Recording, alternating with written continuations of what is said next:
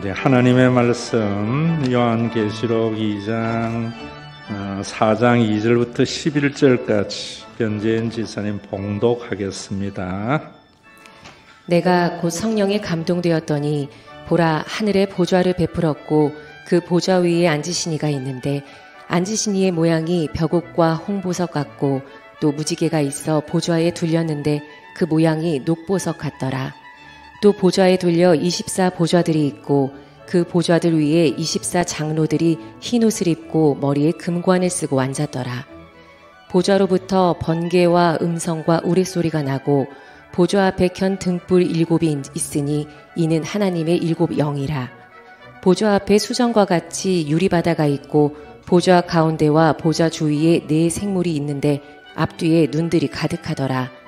그 첫째 생물은 사자 같고 그 둘째 생물은 송아지 같고 그 셋째 생물은 얼굴이 사람 같고 그 넷째 생물은 날아가는 독수리 같은데 4 생물은 각각 6 날개를 가졌고 그 안과 주위에는 눈들이 가득하더라.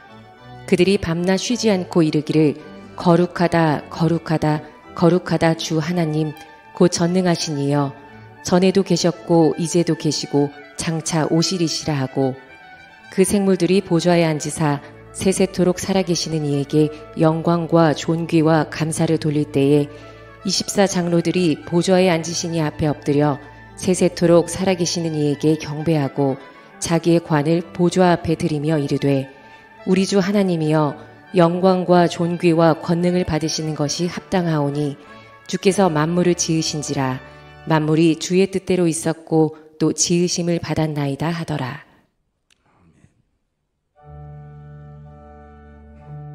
제가 어릴 때만 해도 어디에 가서 장로님들이 나 장로입니다 이러면은 일단은 몰라도 믿어줬습니다. 장로님이니까 믿을만하다. 그리고 제가 젊은 시절에 신방을 가다가 신호 위반을 하면은 교통순경에게 내가 목사인데 신방이 좀 급해서 깜빡 신호를 어겼네요 이러면은 한 절반쯤은 목사님 아무리 바빠도 신호를 지키세요. 조심해서 가세요. 스티커를 끊지 않는 사람들이 많았습니다. 그러다가 2000년대에 들어오면서 내가 목사인데 이러면은 교통순경이 목사는 법을 더 잘 지켜야지요. 이래버립니다. 내가 장로인데 이러면은 이상하게 쳐다봅니다. 그만큼 우리 교회가 세상이 교회에 대한 존경심이 사라졌다는 것이요.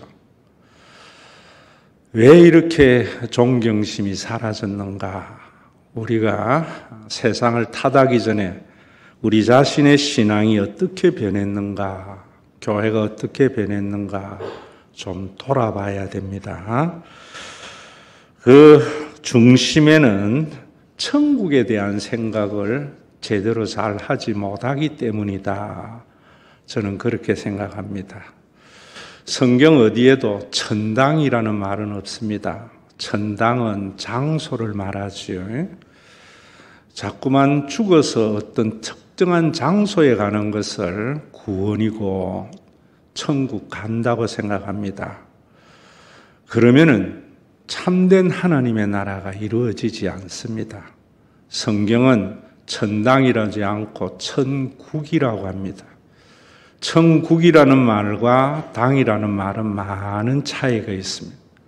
천국에 들어간다는 것은 하나님의 통치를 받는다 이런 말입니다.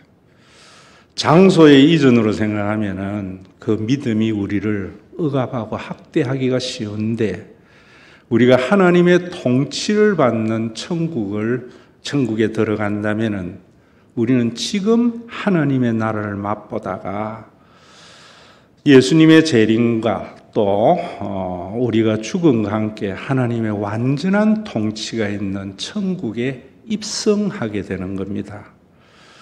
이것이 참된 신앙인데 요한계시록이 기록될 소아시아에 있는 7교회, 에스버두, 사빌라, 에스베소 교회부터 라오디게아의 교회에 이르는 교회들은 제가 여러분들에게 말씀드린 대로 어느 시대에나 나타나는 교회의 다양한 모습, 어느 시대에 나타나는 다양한 신앙인의 모습을 나타내는데 두 가지로 정리할 수 있습니다.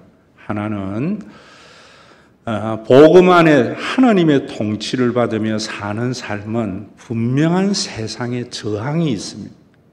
그래서 고통이 있고 고난이 있습니다. 그래서 언제나 배교의 우려도 있고 타협도 일어납니다. 그런 그들에게 하나님의 통치를 받는 것이 얼마나 존귀하고 귀한 것인가 하는 것을 말씀하는 겁니다. 또 교회나 신앙은 언제나 세상과 타협한 세속의 모습으로 드러납니다. 오늘날 교회가 세상으로부터 존경받지 못하는 것은 버가모 교회나 두아디라 교회와 같이 세상과 타협한 신앙 때문입니다. 이런 신앙인들에게 너희가 세속의 가치보다는 하나님의 통치를 받는 것이 얼마나 존귀한 것인가 하는 것을 통해서 신앙을 회복해 하려고 하는 것이 요한계시록입니다. 앞에서 말씀드린 대로 종말에 일어날 심판의 시나리오가 결코 아닙니다. 여러분, 이렇게 보면은 우리가 먼저 하나님의 통치가 뭔가 하는 생각을 가져야 되지요. 또 세속화된 것이 뭔가, 예배 시간에 기타 치고 교회에서 유행가 부르는 것이 세속인가? 아닙니다. 세속이라는 것은 우리가 무언가를 같이 판단하거나 우리의 삶의 선택의 순간에 우리가 가지고 있는 가치관으로 판단하고 선택하는 겁니다. 그래서 우리가 흔히 신앙인의 이야기로는 하나님의 지배, 성령의 통치함을 받지 않고 사탄의 지배를 받는 사람은 언제나 자기 자신의 지배를 받습니다. 자기 자신은 어떻게 형성이 됩니까? 내가 사는 삶의 환경에 따라서, 사회적인 통념에 의해서, 나의 조그마한 경험에 의해서 가치 판단을 하게 되어집니다. 그것이 세속입니다. 우리 한국 교회가 세속화되었다는 것은 한국 사회가 가지고 있는 사회적인 통념이나 시대 정신에 의해서 복음이 훼손된 것을 말합니다. 왜 그렇게 되었는가? 복음 안에서 살아가는 것이 세상의 저항이 너무 심하기 때문에, 고난의 길이기 때문에, 십자가의 길이고 가시밭길이기 때문에 타협한 결과입니다.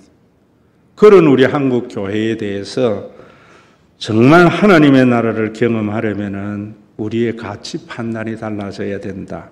하나님의 통치와 지배를 받는다는 것은 성경에 있는 복음에 의해서 가치 판단, 선택을 하는 겁니다. 저도 오랜 세월 목회를 하고 또 이제 70 가까이 살아오면서도 늘 나와의 싸움은 뭐냐면은 어떤 사건을 보거나 어떤 이야기를 들으면은 언제나 내 가치관으로 판단하고 선택할 때가 많습니다. 그러나 기도하고 또 설교를 준비하다 보면은 내 가치 판단이 얼마나 잘못됐는가 하는 것을 알게 됩니다. 그래서 거듭난다는 것은 여러분들이 단순히 종교 생활을 하는 것이 아니라 완전히 변화된 가치관을 가지는 것을 말합니다.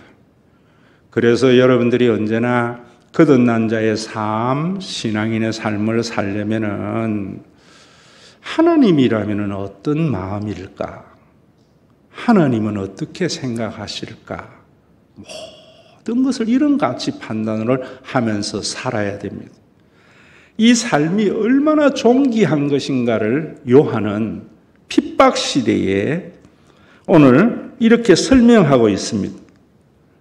하늘에 보좌가 있다. 그 보좌에는 보석과 같은 안전이가 있다. 그리고 또 그 보좌 주변에는 24보좌가 있는데 흰옷과 금관을 쓴 24장로가 앉아 있다. 그런데 보좌로부터 번개와 우레 같은 소리가 나고 7 등불이 있는데 7 영이더라. 그리고 보좌 앞에는 수정 같은 바다가 있고 보좌 주위에는 눈이 가득한 4 생물이 있더라. 이것이 6절까지 천국의 모습을 그리고 있는 겁니다. 세 분에서 여러분들에게 설명을 다 하는 것보다 더 중요한 것은 우리 다음 주일은 이제 7절부터 11절까지 제가 설교를 할 텐데 왜 보석으로 그리고 있는가? 왜 바다가 유리와 같은가? 이런 것을 아셔야 됩니다. 그것은 뭐냐면은 그만큼 귀하고 존귀하다는 거예요. 세상의 눈으로 볼 때에는 별로 하찮은 것 같지만은 여러분들이 목걸이에 몇 캐럿의 다이아를 목걸이를 하고 반지를 하는 것은 왜 합니까? 내가 그만큼 존귀한 자라는 의미지요. 하나님의 보좌에 앉으신 이를 보석으로 그리는 것은 너희가 생각하듯이 그렇게 하찮은 이가 하나님이 아니라는 거예요. 존귀한 자이라는 거예요. 그래서 그분의 통치를 받는 것은 아주 귀한 것이라는 말입니다. 그런데 왜 소아시아에 있는 7 교회 너희들 그 하나님의 통치를 받지 않고 로마 황제나 헬라의 사상이나 로마의 사회적인 통념으로 교회가 자꾸 변하느냐 이런 말입니다. 오늘도 저와 여러분들이 이런 부분에 대한 생각을 할 때에 요한은 입신의 경지에서 그 천국을 보았구나 이러면 기독교는 샤머니즘이 됩니다.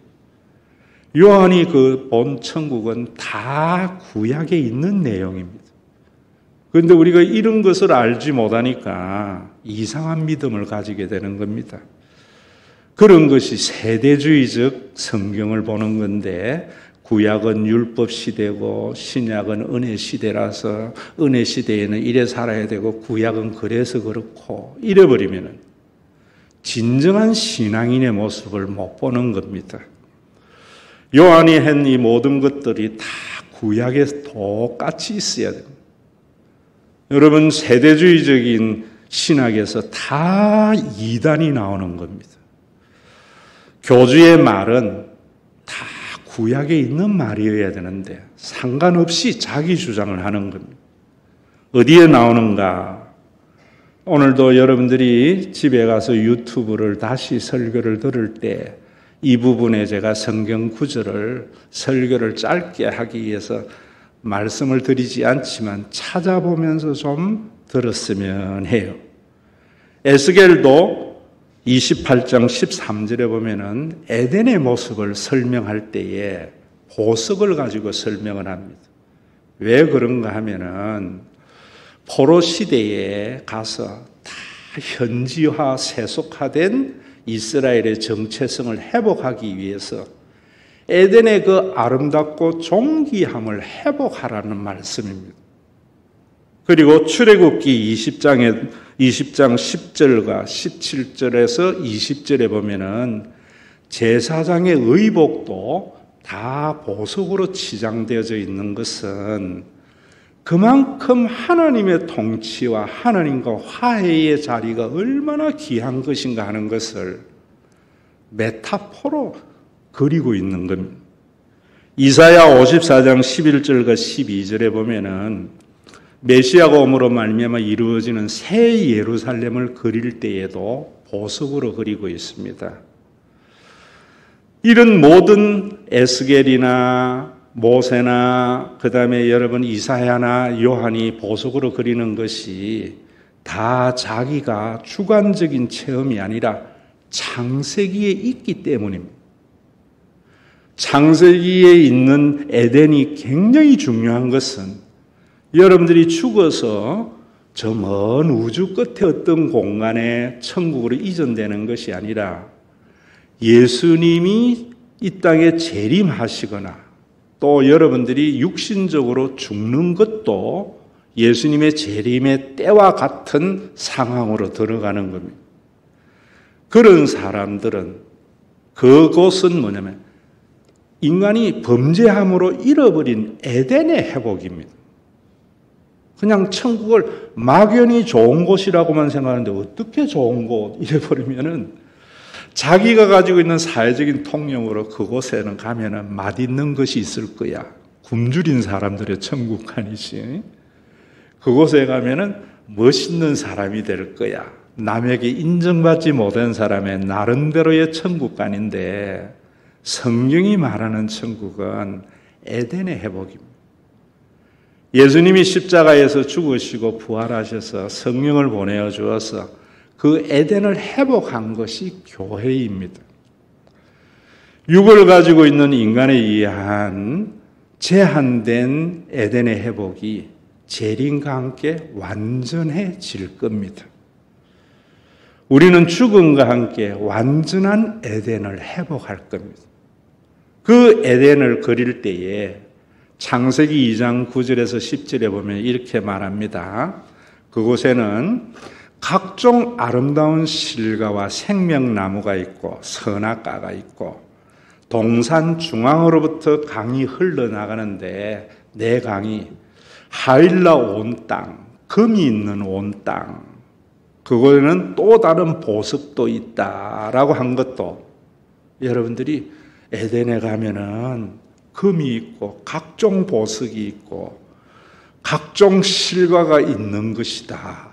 이래 생각하면은 뭐라 해야 되나? 국어 공부 좀 더 해야 되는 사람입니다. 성경 공부 전에 메타포라는 겁니다. 메타포는 은유라는 것이요. 그 아름다움을 상징적으로 말한 것입니다. 에덴은 여러분들에게 말씀드렸잖아요. 하나님의 나라를 경험한 바울은 사람이 가히 이르지 못할 말이다. 이 지상에 존재하는 것이 아니기 때문에 이 지상의 인간의 언어로 표현할 길이 없다. 이런 말.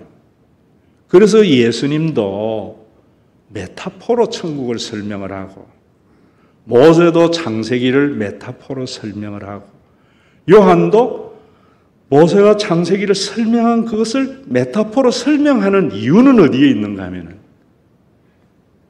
금이라는 말이 아니라 그만큼 귀하고 가치가 있다. 이런 말입니다. 이 가치는 영적인 눈이 열려야 됩니다. 그 영적인 눈을 여는 것이 다음 주일 말씀드리는데 예배인데요. 자기가 죽어야 됩니다. 자기가 죽지 아니하면 절대로 영의 눈이 열리지 않는데 내가 죽는 게 뭔가? 내가 죽는 것은 내 생각을 내려놓는 겁니다. 아멘은 설교할 때 아멘은 내 생각하고 목사님의 설교가 같군요는 아멘 할 필요 없습니다. 내가 이때까지 잘못 생각했는데 하나님의 말씀이 진리군요. 이럴 때 아멘입니다. 이런 아멘이 없기 때문에 교회와 세상이 비슷하게 되어져 버렸고 목사나 장로나 세상에 있는 사람이나 별반 다를 바 없는 사람이 된 겁니다. 오늘 이 예배에 여러분들이 저는 하나님의 통치를 받는 것이 비록 세상을 살아가는 우리에게는 저항이 있는 일이지만은 얼마나 아름다운가 하는 것을 깨달으려면은 이 시간 여러분들의 생각을 내려놓으세요. 여러분들은 한국적 사고로 삽니다. 좀 더 여러분들에게 이해하기 쉽게 제가 설명을 좀 드리려고 합니다. 우리가 어떤 한 사회를 규정을 할 때에 보통 중산층이 어떠냐를 가지고 규정을 합니다. 그런데 우리나라는 2012년에 중산층의 기준을 이렇게 설명하고 있습니다. 부채가 없어야 되고 30평대 아파트에 살아야 되고 월급은 500만 원 이상이 되어야 되고 자동차는 2000cc급 이상을 타고 다녀야 되며 통장 잔고에는 1억 정도 보유해야 되고 해외여행은 1년에 몇 해 정도는 다닐 수 있어야만이 중산층이랍니다. 이 기준으로 볼 때에 우리 중산층이 많이 무너졌다 이러지요. 여러분, 이 기준이 얼마나 우리 한국의 사회의 통념을 잘 나타내는가 하는 것을 알아야 되고 교회마저도 전부 이런 기준으로 같이 판단합니다. 그래서 어느 자식이 좋은 대학에 갔거나 높은 자리에 좋은 데 취직을 하면 그 사람 복 받아서 하나님의 통치로 보는 게 아닙니다. 심각한 이야기를 들어야 돼요. 다 옳은 것은 아니지만 그래도 성경이 문화가 된 것이 유럽하고 미국입니다. 하나님의 통치가 인간의 문화가 된 것이 유럽인데 우리는 거기까지도 지금 못 가고 있어요. 미국의 중산층은 이렇게 한답니다. 자신의 주장에 떳떳해야 된다. 사회적인 약자를 도와줄 줄 알아야 되는 사람, 부정과 불법에 저항하는 사람, 테이블 위에는 항상 정기적으로 보는 비평지가 놓여 있는 사람. 너무 다르지요. 어느 기준이 그 사회를 좋은 사회로 평가할 수 있겠습니까? 영국도 마찬가지입니다. 영국은 중산층은 페어플레이를 하는 사람. 여러분, 우리나라의 이런 기준으로 우리가 우리의 사회적의 지도자들을 한번 보자고요. 대통령 선거에 페어플레이 있습니까? 국회의원 선거에 페어플레이 있어요?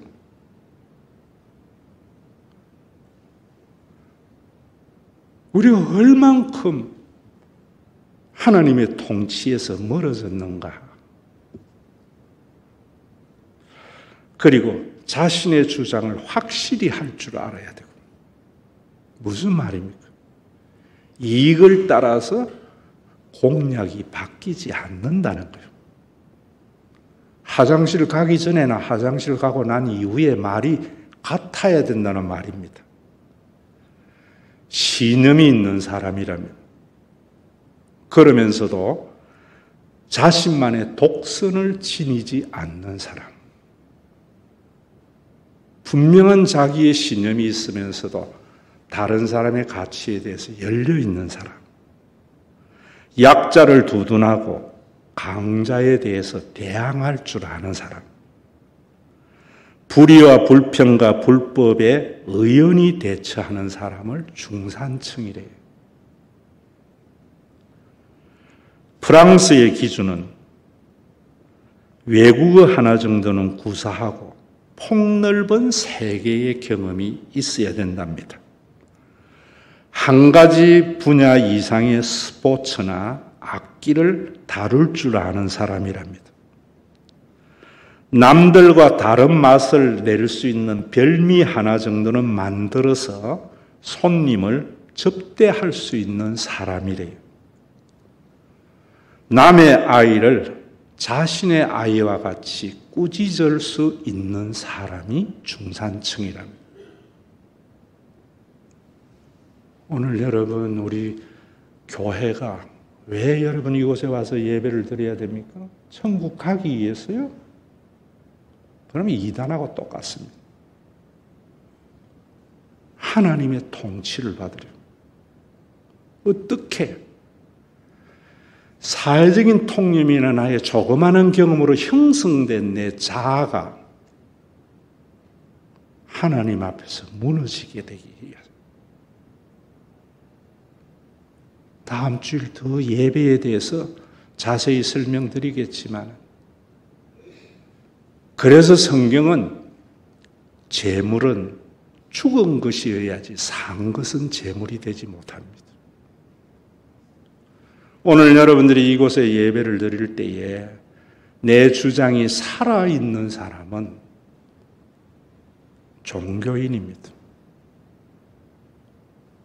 하나님의 나라에 들어가서 그 맛을 볼 수 없는 사람입니다. 이런 사람은 하나님의 그 존귀함을 받아들이지 아니한 사람입니다. 여러분, 이런 상식은 알고 있지요. 인간이 하나님 만나면 죽는다는 말.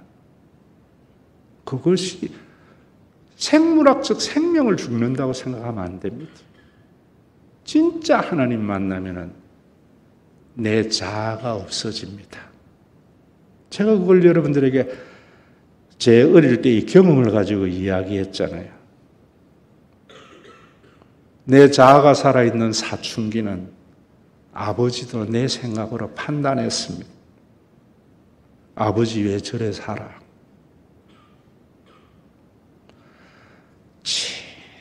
진짜로 아버지의 본질을 만난 나는 우리 아버지 같은 사람은 어디 있나? 그 사람이 아버지 만난 사람입니다. 아버지 얼굴을 식별한다고 해서 아버지 양기 아니란 말입니다. 창세기부터 요한계시록까지 하나님 이름 안다고 해서 아는 게 아니라 그 성경 속에 담긴 하나님의 마음을 알아서 하나님의 통치를 받으려고 하는 사람이 죽은 자입니다. 우리 한국교회의 예배에 이런 죽은 자의 예배가 많습니까? 왜 교회에 다니면 자기 주장이 더 강해지고 교리라는 진영에 갇혀 있기 때문입니다. 왜 더 많은 욕심을 부리고 세속의 가치에 함몰된 사람입니다. 결코 하나님의 나라를 맛볼 수 없습니다. 그래서 예수님은 이런 말씀하십니다.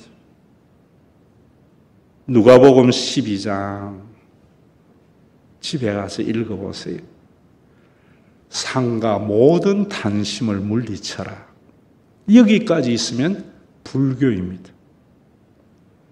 그 다음에 뭐라는가 하면 사람의 생명이 그 소유에 넉넉한 데 있지 아니하다. 우리나라의 중산층은 소유의 넉넉함의 기준입니다. 생명이라는 것은 여기에 우리가 살고 죽는 걸 말하는 게 아닙니다. 헬라어의 생명은 라이프, 여러분들의 인생입니다.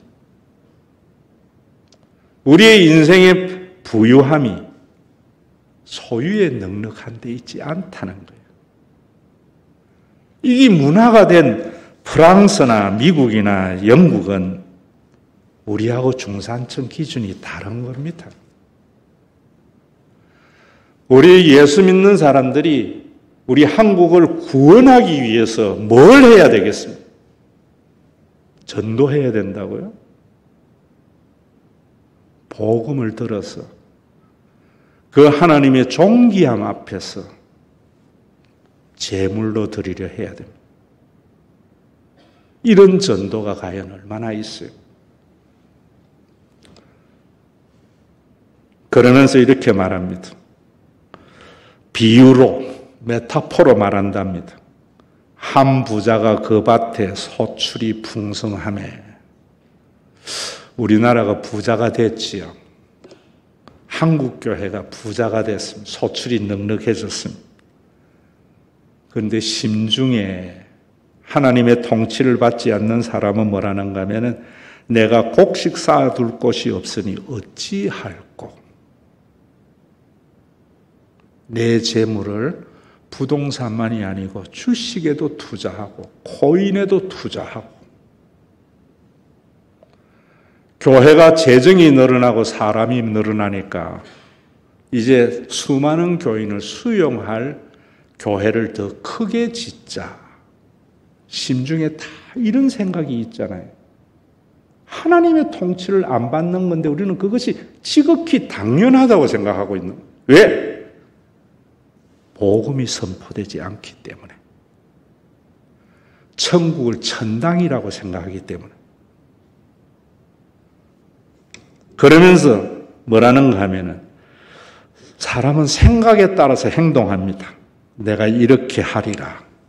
내 곡간을 헐고 더 크게 짓고 내 곡식과 물건을 거기 쌓아두리라. 교인이 이래 더 많아지고 재정이 많아졌으니까 교회를 좀 더 크게 하고 선교사를 더 많이 파송하고 더 좋은 일을 해서 하나님께 영광 돌리리라. 똑같습니다. 그러면서 자기 만족에 영혼아 여러 해 쓸 물건을 많이 쌓아두었으니 편히 쉬고 먹고 마시고 즐거워하자 하리라. 그 목적이 편히 쉬고 먹고 즐거워하는 것에 있습니다. 그런 세속의 지배를 받는 부자에게, 부흥된 한국 교회에게, 세계 경제 10강에 들어가 있는 한국 사람에게 하나님이 뭘 하시는가? 어리석은 자요. 우리는 부러워하는데. 저 교회 10,000명 모인다고 그래. 큰 예배당 지었다 해. 그래서 큰일 해. 저 집에는 이번에 큰 평수로 이사를 갔대. 대한민국은 이제 경제 10대 제국이 되었다 해. 그런데 하나님이 보시기에는 어리석다는 거예요. 거듭난 사람은 그걸 어리석게 보이는 거예요. 왜? 오늘 밤에 내 영혼을 도로 찾으리니 그러면 네 준비한 것이 누구 것이 되겠느냐?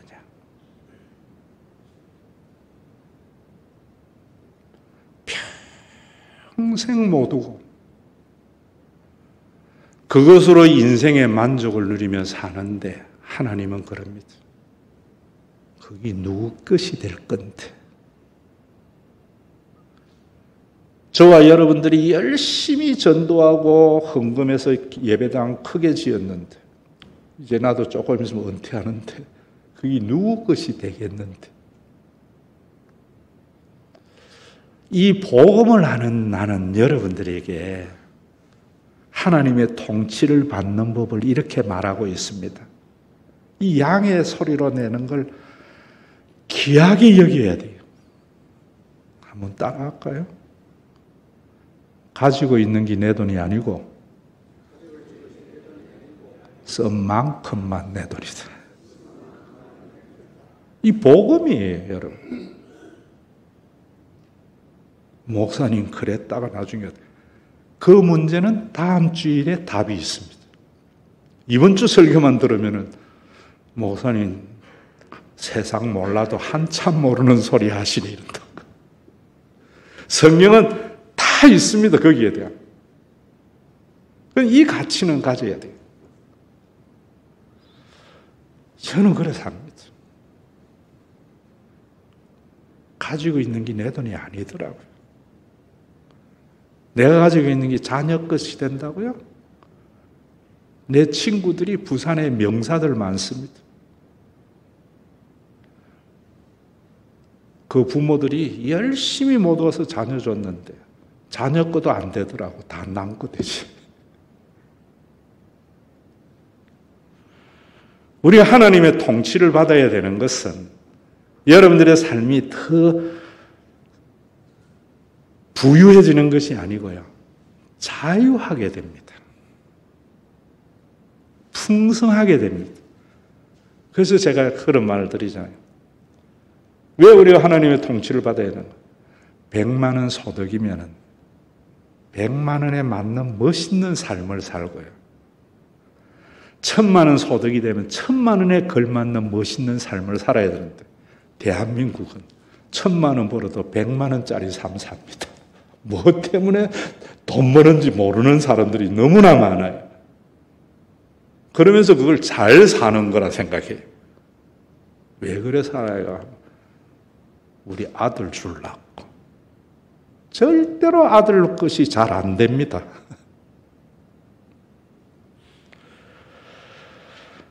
자기를 위하여 재물을 쌓고 하나님께 대하여 부유하지 못한 자가 이와 같다. 라고 말을 하면서 예수님이 직접 말씀하십니다. 너희에게 이르노니 너희 목숨을 위하여 무엇을 먹을까 무엇을 마실까 무엇을 입을까 염려하지 말라. 이게 목숨도 목구멍이 포도청이라고 이런 말 아닙니다.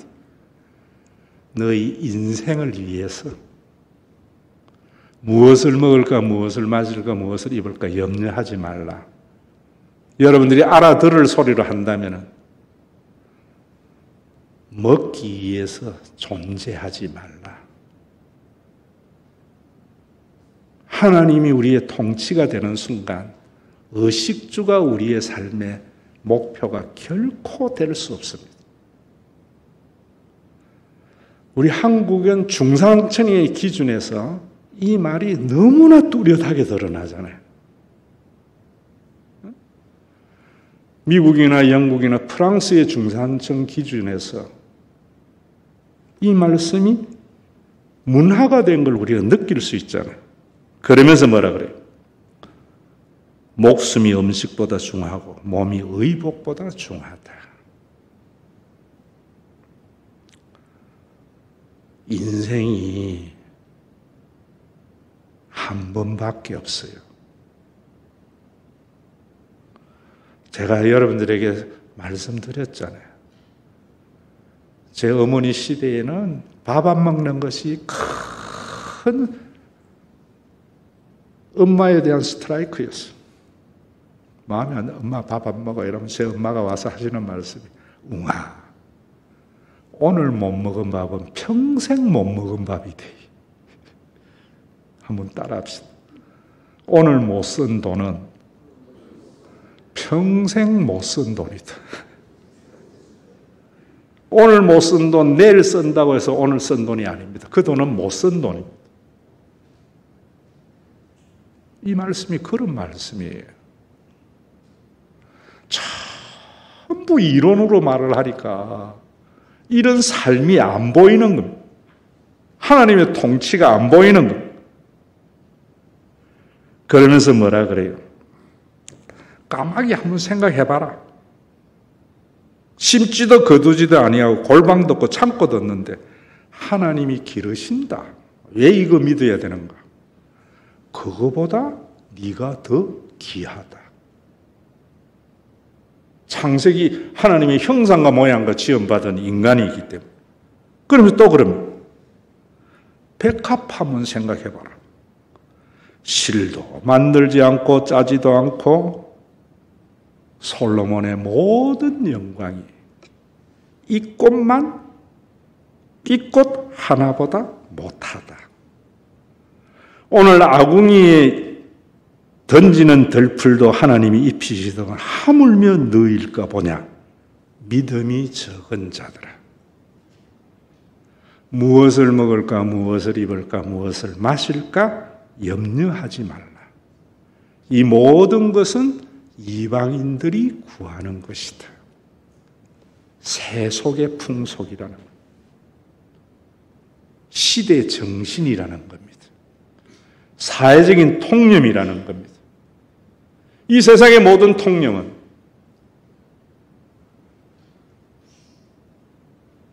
먹기 위해서 존재합니다. 우리나라는 특히 더 그래요. 어느 나라에도 없는 TV 프로, 먹방 프로그램. 여러분들이 왜 교회에 나와야 되는가 하면 그 인생에서 진짜로 가치 있는 생애, 그걸 알게 하기 위해서 창세기나 에스겔이나 이사야나 요한은 천국을 보석으로 꾸미고 있는 겁니다. 하나님의 통치를 받는 것이 얼마나 귀하다는 것을 아는 겁니다. 오늘 쏜 돈 평생 못 쓴 것을 아는 이 진리.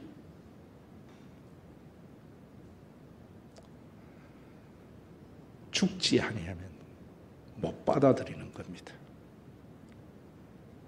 못 받아들이는 사람은 그 존귀한 생애를 한 번도 경험해보지 못하고 종교 생활하다가 지옥 가는 겁니다. 하나님은 그렇게 무책임한 분이 아닙니다. 다만 너희는 그의 나라와 그의 의를 구하라. 그리하면 이 모든 것을 더하시리라.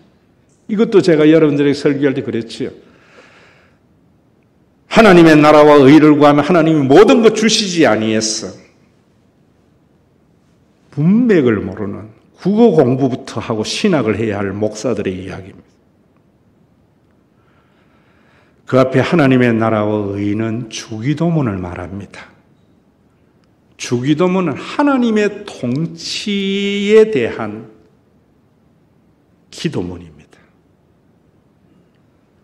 주기도문대로 기도하고 살면은 먹고 사는 일에 걱정이 없다.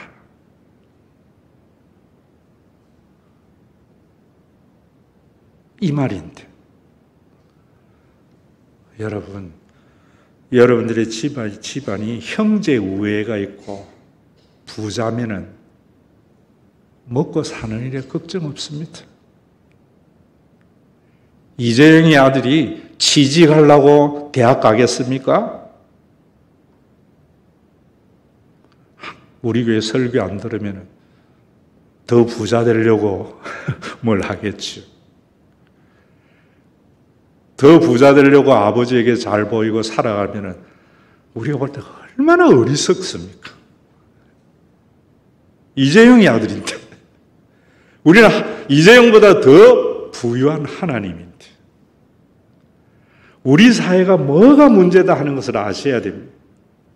하나님의 통치를 안 받는 우리 사회는 다음 주일 또 말씀드리겠지만은 성경은 일용할 양식이라는 것은 그달 벌어 그달 쓰는 삶입니다.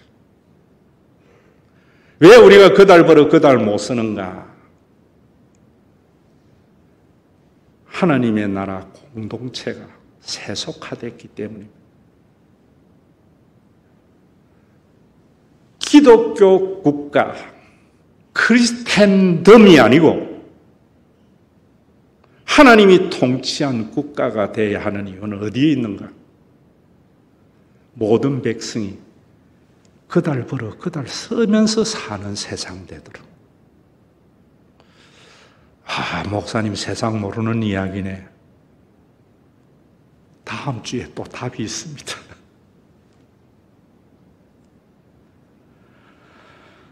오늘도 여러분들의 어리석음이, 여러분들의 생각이 죽어져서 하나님의 지혜자의 삶으로 변모되는 예배가 되기를 바랍니다. 여러분, 이런 삶을 왜 살아야 되는가? 누가복음 17장에는 그럽니다. 천당이 아니고 천국이라고 하면서 여기 있다 저기 있다가 아니고 너희 안에 있다고 하면서 경고합니다. 노아의 때에 된 것 같이 인자의 때에도, 이럴 때에 맨 마지막 시대에 예수님이 재림하는 그때가 되면, 이래버리면 이단이 되기가 쉽습니다. 예수님의 재림의 때가 여러분들의 개인적으로는 죽음의 때입니다. 죽음의 때. 때에 사람들은 뭐 했는가? 내일 죽을 줄도 모르고 노아의 때에 사람들이 먹고 마시고 시집가고 장가가고 사고 팔고 심고 집을 짓다가 다 멸망당했대요. 롯의 때도 그렇대요. 마지막 재림의 순간이 되면 사람들이 먹고 마시고 시집가고 장가가고 사고 팔고 산다 이래버리면 안 됩니다. 사람들이 죽을 줄도 모르고 그저 먹고 마시고 시집가고 사고 팔고 신고 집을 짓다가 다 죽었구나. 내가 지은 집 누가 살 줄도 모르고. 왜? 하나님의 통치를 안 받고 시대 정신과 사회적인 통념의 지배를 받기 때문입니다. 자본주의적 가치관의 지배를 받기 때문입니다. 너희는 이리저리 쫓아다니지 말라 이렇게 말합니다. 롯의 철을 기억하라 합니다. 예수 믿고 난 뒤에 롯의 처의 기록이 뭡니까? 목사님 설교 듣고 그렇지. 이제 내가 쓴 만큼만 내 돈이야. 오늘 못 쓴 돈은 내일 쓴다고 쓴 돈이 아니야. 그러고 난 뒤에 또 그러다가 나중에 어떻게 되겠지? 롯의 처의 생각입니다. 성경은 그러다가 어떻게 되겠지라는 것까지 예수님이 다 만들어 놓으셨어요. 저는 집에 가서 여러분들이 읽기를 원하는 것은 저는 사람들이 어떤 말을 할 때에 저에 대한 말을 할 때에 말하는 그 사람이라 생각해요. 나하고 상관없어요. 사람은요, 자기 생각을 말하는 거지 사건을 말하는 게 아니에요. 저는요, 제 삶의 모토가 뭐냐면은 고린도전서 7장입니다. 고린도전서 7장에 보면은 그렇게 말합니다. 각 사람은 부르심을 받은 그대로 부르신 그대로 지내라. 네가 노예의 때에 부름받았나? 예수 믿고 자유인 되려 하지 마라. 자유인 될 기회가 있나? 그러면 자유인 되라. 결혼에 대한 것도 똑같이 말씀하면서 형제들아 내가 이 말을 하노니 그 때가 단축하여진 거로 내가 하루하루 그 때에 가까이 가고 있잖아요. 이후로는 안에 있는 자는 없는 자 같이 하고 그렇게 이단에서는 이혼하라는데 그 말 아닙니다. 우는 자들은 울지 않는 자 같이 하며 기쁜 자들은 기쁘지 않은 자 같이 하며 매매하는 자들은 없는 자 같이 하며 세상 물건을 쓰는 자들은 다 쓰지 못하는 자 같이 하라. 이 세상의 외형은 지나감이라. 창조주 하나님을 예수님의 십자가와 부활과 성천과 성령의 강림의 사건을 통해서 깨달은 바울은 모든 것을 상대화합니다. 모든 것을 상대하는 이 구원을 이미와 아직 사이에 영혼의 하나님의 나라가 우리 가운데 도래하기 전 시간과 공간의 제한 속에 있는 천국은 상대화 속에 있습니다. 세상은 그걸 절대화하래요. 절대화하면은 그것만을 위한 삶을 살든지 허무주의에 빠졌든지 그건 헬라 사상입니다. 기독교의 경건이 잘못된 것은 헬라의 이원론이 금욕주의로 흐른 결과입니다. 그래서 부자도 가난하게 사는 모습을 살아라는 것은 헬라입니다. 상대화됩니다.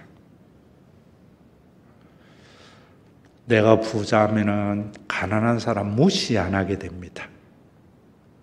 내가 가난해도 부자 욕 안 하게 됩니다. 내가 100만 원이 수입이면은 100만 원의 멋있는 삶을 살고 1,000만 원의 수입이면 1,000만 원의 멋있는 삶을 살게 됩니다. 내 아들이 백석대학에 갔으면 가장 멋진 대학에 간 것으로 생각하고, 내 아들이 서울대학 갔어도 가장 멋진 대학에 간 것으로 생각합니다. 그게 하나님의 통치를 받는 거예요. 그런 사람을 누가 불행하게 하겠어요? 그 자유함이 왜 없는가? 빛나고 높은 보좌에 앉으신 그분이 얼마나 존귀한가를 알지 못하고 지 수준에서 하나님을 생각하기 때문입니다. 다시 한번 빛이 된 인간이 만든 신, 인간을 만드신 하나님, 나가다가 가져가서 다시 읽어보세요.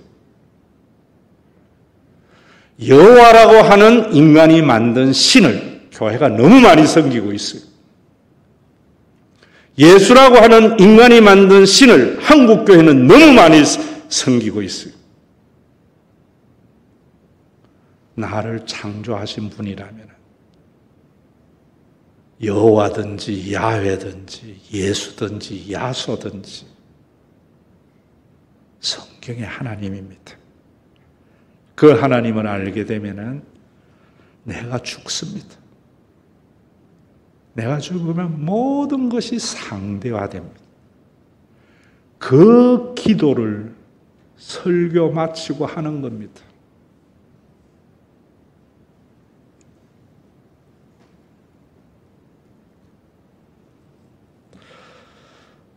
목사님 세상 모르는 소리 하시네요 하는 사람은 다음 주일 꼭 설교 들어보세요. 성경은 완벽한 진리입니다. 오늘은 여러분들이 빛나고 높은 보좌에 앉으신 메타포를 그리지 말고요. 내 마음의 중심에 과연 하나님이 나를 통치하고 지배하는가?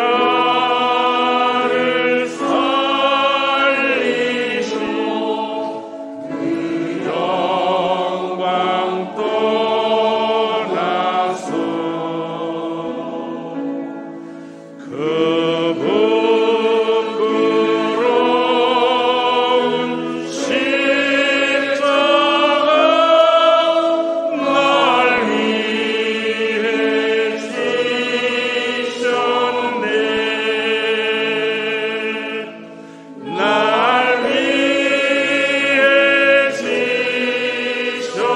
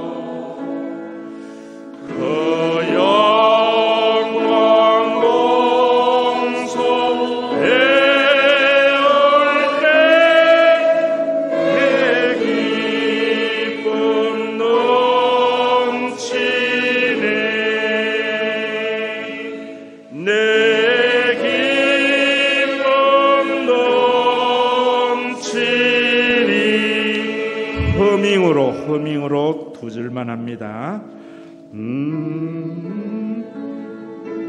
나 이제 생명 있음은 주님의 은혜요. 저 사망 권세 이기니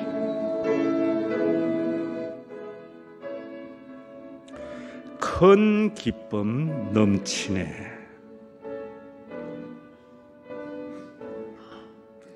큰 기쁨 넘치네. 주님의 보좌 있는데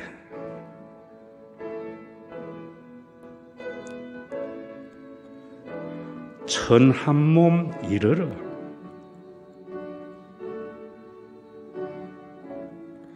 그 영광 몸소 배울 때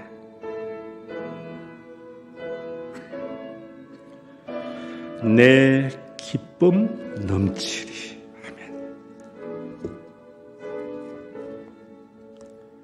아멘. 내 기쁨 넘치리.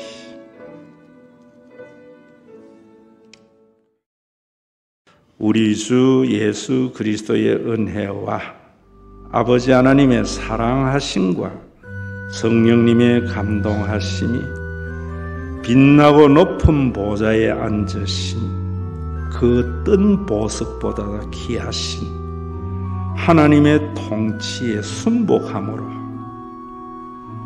자신을 얽으매는 자신과 자녀들의 미래에 대한 염려에서 자유케 된 믿음의 권속들과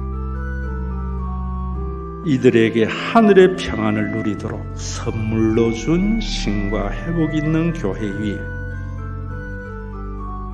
온전한 하나님의 나라가 이루어지는 주님의 재림의 그날, 내 인생의 마지막 호흡이 끊어지는 그날까지 함께 있을지어다.